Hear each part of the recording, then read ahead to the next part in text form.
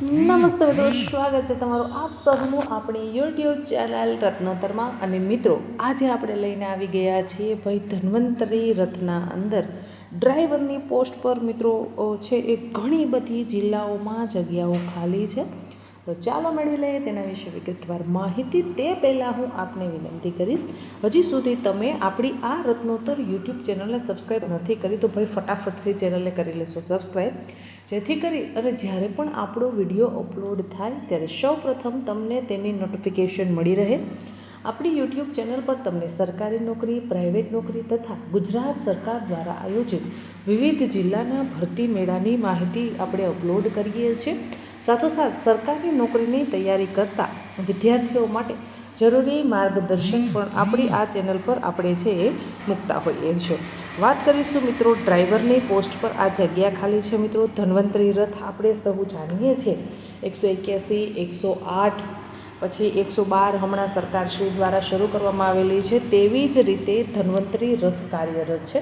જે ધન્વંતરી રથ મિત્રો જે શ્રમિક વિસ્તારના અંદર મજૂરી કામ કરતા જે મજૂરો હોય છે તે લોકો પાસે આ ગાડી જાય છે. તેમાં તેમને મેડિકલ સારવાર અપાય છે. સાથોસાથ સરકારની યોજનાઓ ચાલતી હોય છે તેના વિશે છે તેમને માહિતગાર કરાતા હોય છે. તો આ ધન્વંતરી રથમાં તમારી આ કામગીરી રહેશે.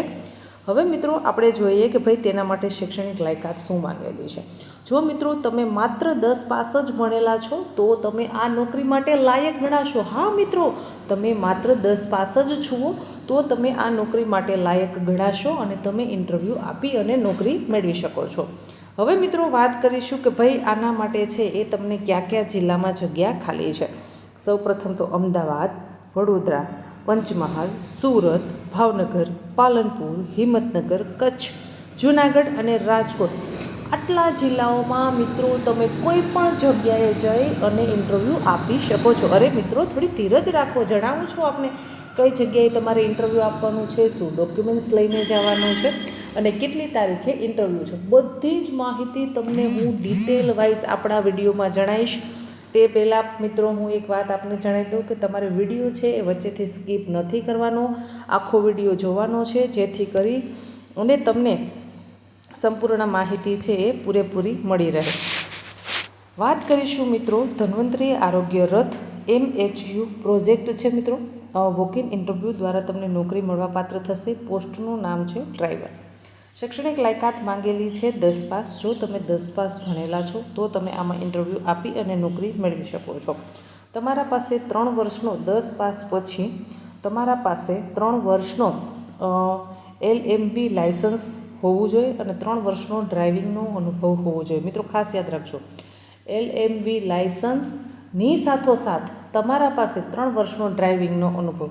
ડ્રાઇવિંગ તમે સ્કૂલના અંદર છે અથવા તો કોઈ પણ જગ્યાએ મોટા વાહન ચલાવતા હોવા જોઈએ અથવા તો પોતાનું વ્હીકલ તમે ચડાવેલું હોય એવી રીતે તમારા પાસે 3 વર્ષનો, એટલે પોતાનું વ્હીકલ એટલે કે ભાઈ કોઈ વાન છે, ટેક્સી છે, એવી રીતે તમે છે એ સ્કૂલના અંદર અથવા તો કોઈ અધર અપડાઉનમાં કે ભાડા પેટે કે એવી રીતે તમે ચલાવતું હોય તો તમારા પાસે 3 વર્ષનો અનુભવ હશે તો તમે આના માટે લાયક ગણાશો. તમારી ઉંમર છે એ 40 વર્ષ સુધી, મિત્રો ખૂબ સારી બાબત કહી શકાય, 40 વર્ષ સુધીની તમારી ઉંમર હોવી જોઈએ.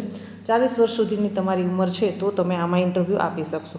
મહિને તમને 15,637 રૂપિયા CTC કપાતા મિત્રો તમને મળવાપાત્ર થશે. ઇન્ટરવ્યૂની તારીખ છે 27 ફેબ્રુઆરી 2024, એટલે કે 27 તારીખે ઇન્ટરવ્યૂ છે. વાત કરીશું ઇન્ટરવ્યૂના સમયની તો ભાઈ ઇન્ટરવ્યૂનો સમય સવારના 10 વાગ્યાથી 12 વાગ્યા સુધીનો છે. એટલે તમે છે એ મોડામાં મોડું 12 વાગ્યા સુધી ઇન્ટરવ્યૂના સ્થળ પર જઈ અને રજિસ્ટ્રેશન કરાવી શકો છો. 9 વાગ્યાથી જ રજિસ્ટ્રેશન શરૂ થઈ જતું હોય છે. હવે આપણે વાત કરીશું કે ભાઈ કઈ કઈ જગ્યાએ ઇન્ટરવ્યૂ છે તો એનું ઇન્ટરવ્યૂનું એડ્રેસ કયું છે. માનો કે તમે અમદાવાદ રહ્યો છો અથવા તો તમને અમદાવાદ નજીક પડે છે તો તમે અમદાવાદથી પણ ઇન્ટરવ્યૂ આપી શકો છો. તમે જો પાલનપુર રહો છો, જૂનાગઢ રહો છો, જ્યાં તમે રહ્યો છો નજીકનો જિલ્લો પડે છે ત્યાં જઈને તમે ઇન્ટરવ્યૂ આપી શકો છો. આના અંદર કોઈ એવી ટેરિટરી હોતી નથી કે ભાઈ સુરત જિલ્લાનો ઉમેદવાર છે એ રાજકોટ સિટીમાં જગ્યા ખાલી છે તો ત્યાં ઇન્ટરવ્યૂ નહીં આપી શકે. તમે ત્યાં પણ જઈ અને ઇન્ટરવ્યૂ આપી શકો છો. તમને જ્યાં નજીક પડે ત્યાં તમે ઇન્ટરવ્યૂ આપી શકતા હોવ છો.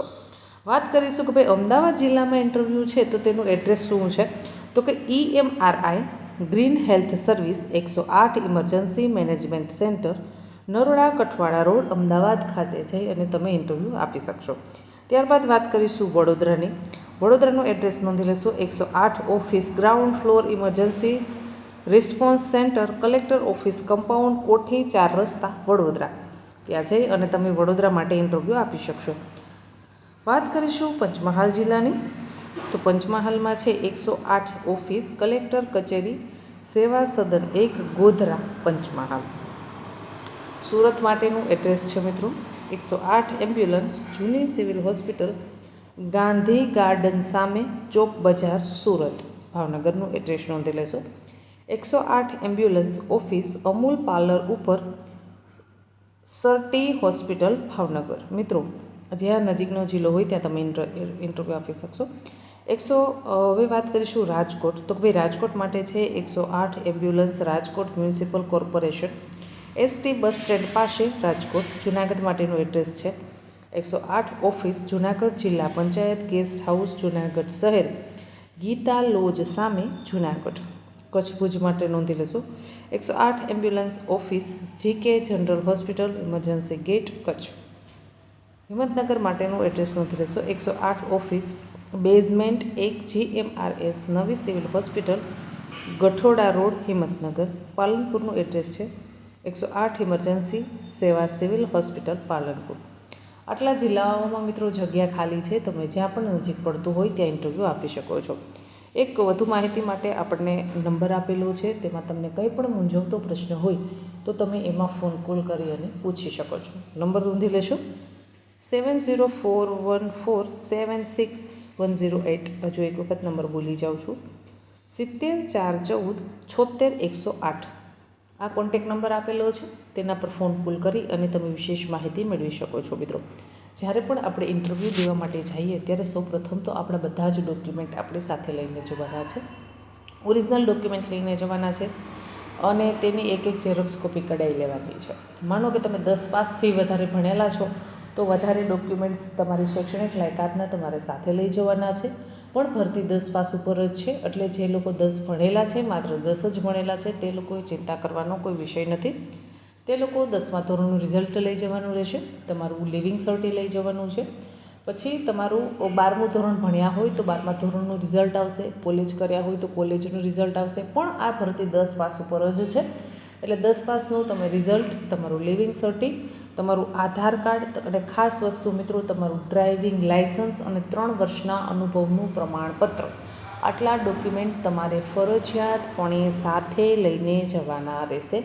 રજિસ્ટ્રેશનનો સમય 9થી 12 વાગ્યા સુધીનો છે. પણ આપણે સમયસર ત્યાં પહોંચી બધું રજિસ્ટ્રેશન કરાવી લેવાનું છે. તમારો એક મોબાઈલ નંબર તેમાં નાખવાનો હોય છે. તમારો એક ફોટો સાથે લઈ જવાનો છે. સાથોસાથ તમે એક રિઝ્યુમ બનાવેલું નથી તો એક રિઝ્યુમ તમે બનાવી લેજો. આવી રીતે મિત્રો આની પ્રોસેસ થતી હોય છે. તમે ઇન્ટરવ્યૂ આપી અને સારા પગારની નોકરી મેળવી શકો છો. 40 વર્ષ સુધીની ઉંમર રાખેલી છે. 40 વર્ષથી વધારે ઉંમર હશે તો તે લોકોને માન્ય ગણવામાં આવશે નહીં. ઇન્ટરવ્યૂ માટે પણ 40 વર્ષથી ઓછી ઉંમર છે તો તમે ઇન્ટરવ્યૂ આપી અને નોકરી મેળવી શકો છો. આશા રાખું છું કે તમને આ માહિતી પસંદ આવી હશે. જો માહિતી પસંદ આવે તો વિડીયોને લાઇક કરો. હજી સુધી યુટ્યુબ ચેનલને સબસ્ક્રાઈબ નથી કરી તો અવનવી નોકરીની માહિતી મેળવવા માટે આજે જ આપણી યુટ્યુબ ચેનલને કરી લેશો સબસ્ક્રાઈબ. ધન્યવાદ.